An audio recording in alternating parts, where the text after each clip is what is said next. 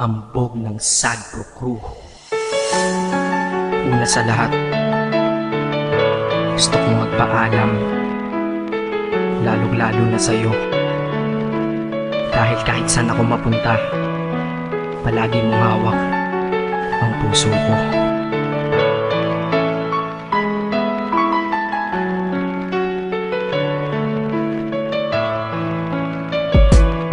Hindi ko ginusto ang ilayo ako sa'yo, mahal. Ngunit ito ang desisyon ng tadhana at may kapal. Alam ko din ako'y magtatagal sa lugar na to na kung saan wala ka.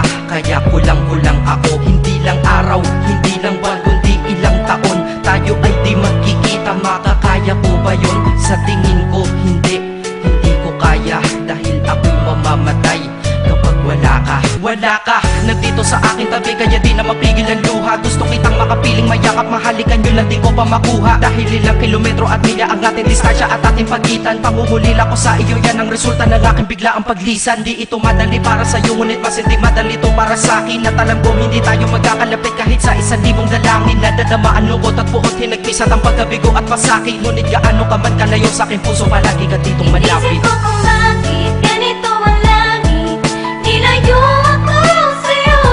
Hindi ko matanggap, mahirap magpanggap na ako'y hindi bigo. Ngunit di ko rin inaasahang mangyayari to. Kung ikaw ay alaala na lang, paano na ako? Pinipilang ang mga araw hanggang sa aking pag-alis. Sa pagpalapit na palapit, lalo akong nagtitiis. At tinatago ang namumuong lungkot sa aking damdamin. Di mo lang alam, di ko na kaya, di ko lang maamin. Dahil sabi mo sa akin, masaya ka para sa akin. Di mo lang alam, ako'y nalulungkot na para sa atin. Dahil tayo'y magkakalayo na walang kalaban-laban. Ang masakit pa doon kung kailan pa tayo nagmamahalan. Nagmahalan tayong dalawa, ngunit bakit ito naging plano? Ng kapalarang naging malupit, ako'y inilayo sa'yo ng eroplano. Habang ako'y nasa himpapawid, ako'y nakatingin sa mga alapaa. Pati niisip na sa alaala na lang bakit muli makakayakap. At sa gabi nakatitig sa mga larawan, nakatabi ko sa aking kama. Nakatingin at tinatanong, dito na lamang ba tayo magkakasama? Nasa malayo na ang aking katawan, tao at parang pinipilas. Dahil puso ko'y naiwan dyan sa'yo sa Pilipinas. Inisip ko kung bakit ganito ang langit, nilayo ako sa'yo. Hindi ko matanggap, mahirap magpanggap na ako'y hindi bigo. Ngunit di ko rin inaasahang mangyayari to.